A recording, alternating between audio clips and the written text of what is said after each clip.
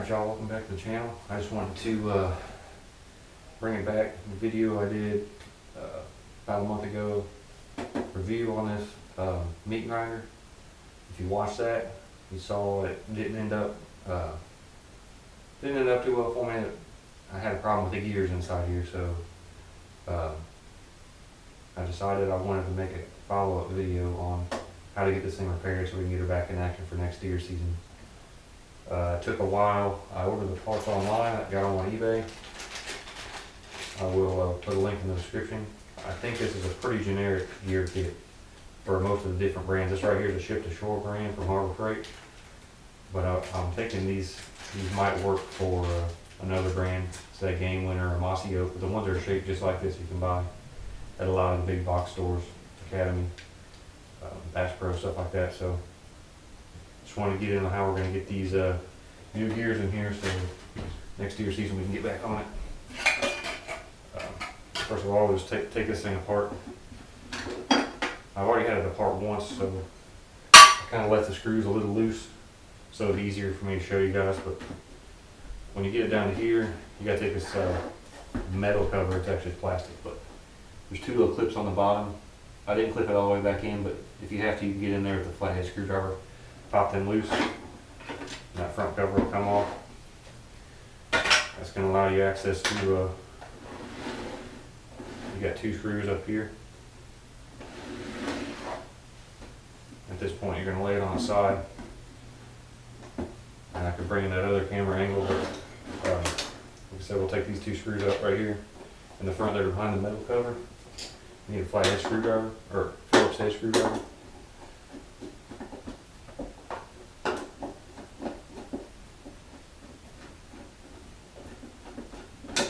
Go. Set them off to the side, keep them safe, and then you got three more. And the whole side cover can come off of here.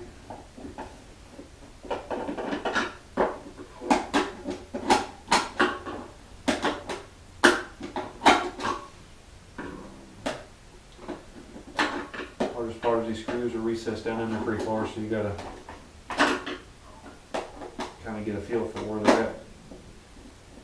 Once you get a Phillips locked in there, it'll come out though.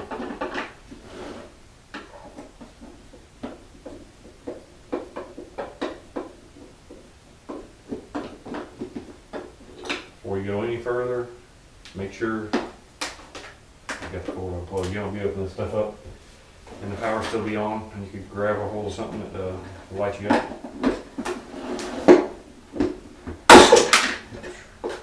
Alright, so after those screws are out, sometimes it is kind of tough to get it apart because there's these three black grommets that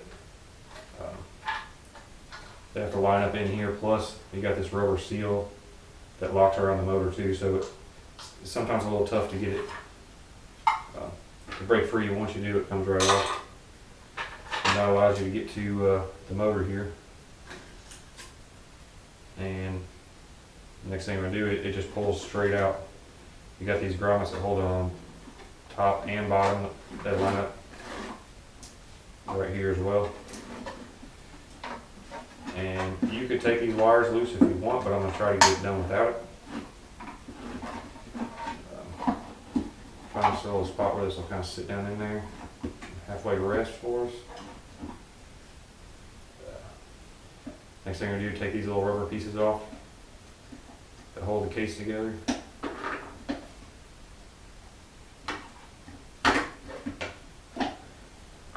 And you just got 4 screws on the corners.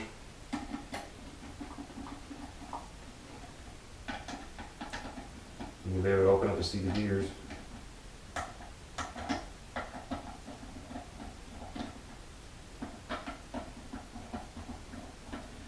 Just a note on the outer cover, there's recessed so far down in there. This is like a 10-in-1 screwdriver. Got kind of a short shaft. You really need something with a longer shaft to get those screws. And once all 4 of these are loose, we can separate it. Get in here and see the gears. I'm sure I'm not the only one this has happened to. I guess I got something in there that got in a bind, and once I pull this out, you'll see the metal gear underneath. you got that metal gear that comes off the motor, but this one's plastic, and that's the one that wore out for me, which I'm assuming will probably be the main downfall for most people. As you can see, if you look right there, try to zoom in, get you a little bit of light, that's the flat spot. So it would pull the meat real good till it got around there, and if it was any kind of a bind, once that hit the metal, it would just spin and make a screeching sound. So this is really the one we need to replace. I really don't see a need in replacing these other two. I'm probably just going to keep them as spares. And then once I fix this and know this works, I'm probably going to go ahead and order another kit of these gears, just so I don't end up in a spot like I did last year where, you know, we were trying to grind some gear and our grinder went down.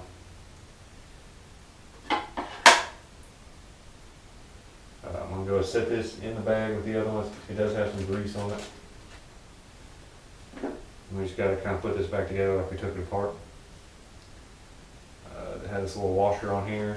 It's got these little spindles, and I think the flat part, it's got a flat side that goes down into the bottom. You'll feel it kind of lock into place. Just kind of spin it around and make sure it's fully engaged. And then the big gear goes down on the bottom. Make sure it kind of engages with the splines of the middle. Make sure it gets all the way down. Everything's going to press together once we get the other side of the cover on. And now we'll replace this gear in the center.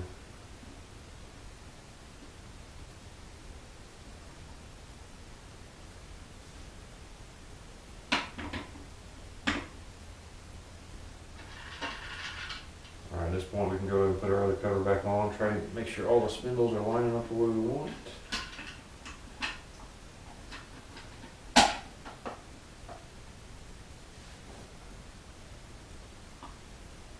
Go ahead and start snugging these down. 4 screws.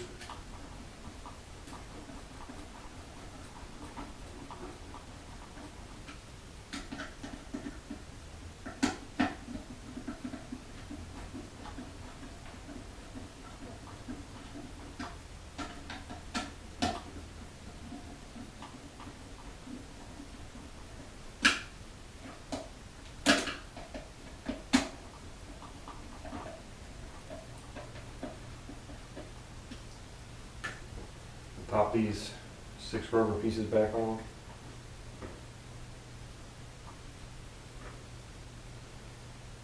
I think they kind of help with the vibration of it too, since they're got a little rubber feel to them. This thing's already pretty loud as it is. I'm sure if it was just hard plastic on hard plastic, it would probably make a bunch of racket. So at this point you want to set it down and get the little grommets lined up in their holes. Make sure it's settled in there where you like it.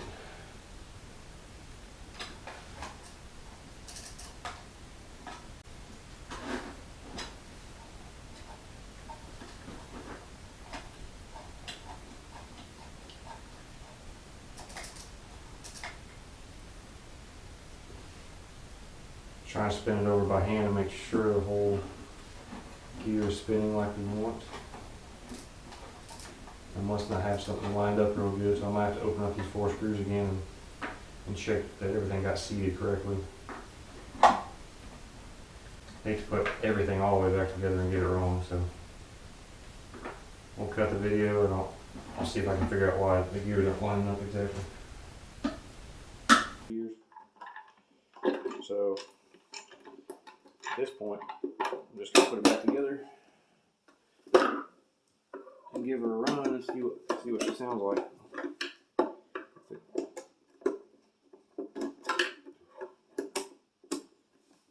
Hopefully it works. I thought this was going to be a quick, simple little project. It's not been that bad, but might just be overthinking it.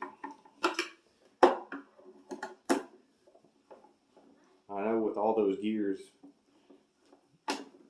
Maybe that thing spins a lot faster than I think it does, and this thing is spinning like I thought, but it's just moving really slow because I'm only spinning it by hand at a lower RPM.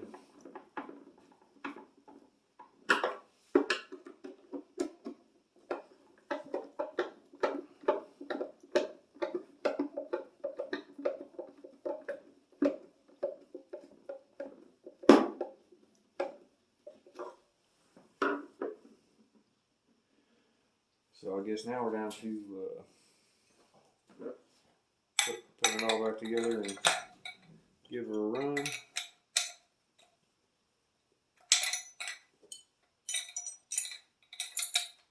Probably don't need to put everything in here, but I just want to make sure with a little bit of drag on there it's still working good.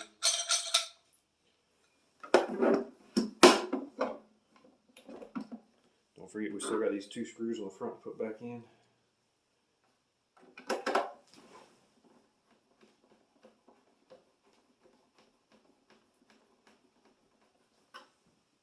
And I'll put that silver cover on later once I know it's all working perfect.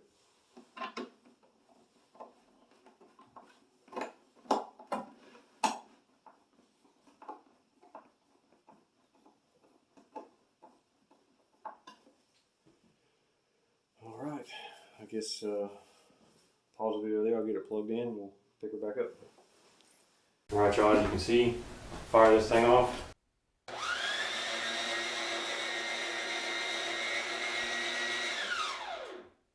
It's running just as fast and seems to be just as powerful as before.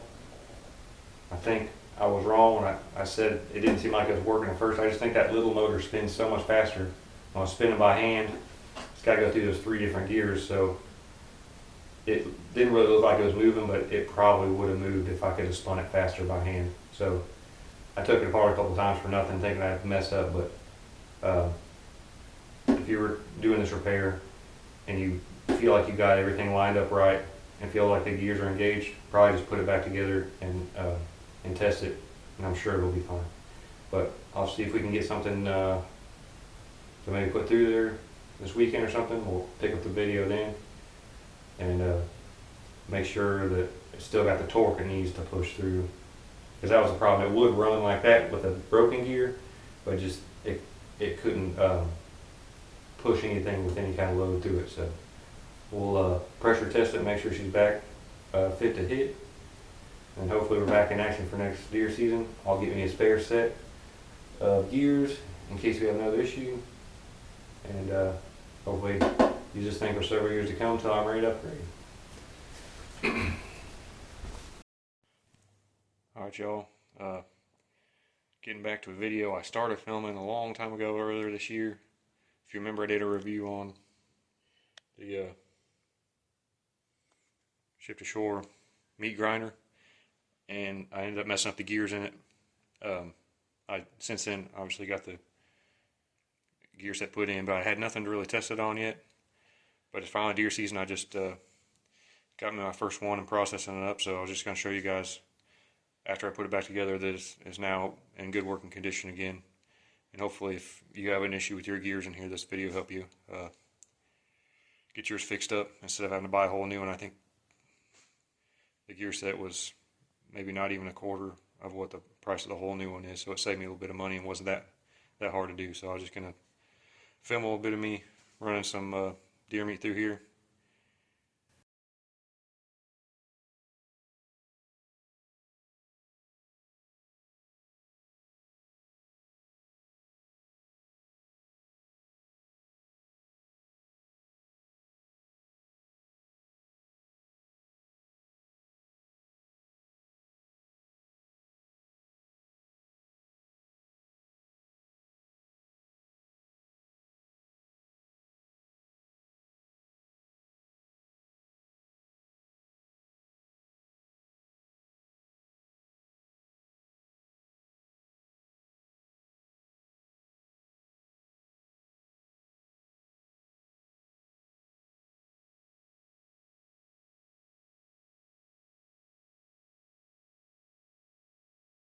Alright y'all, there you have it. I just wanted to show that the old girl was working again.